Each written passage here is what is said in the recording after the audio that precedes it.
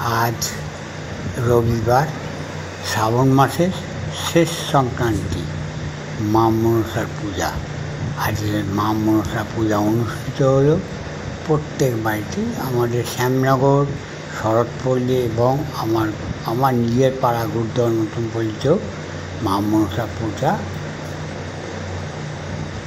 হলো এবং কাল থেকে ভাদ্র মাস পড়ে যাবে।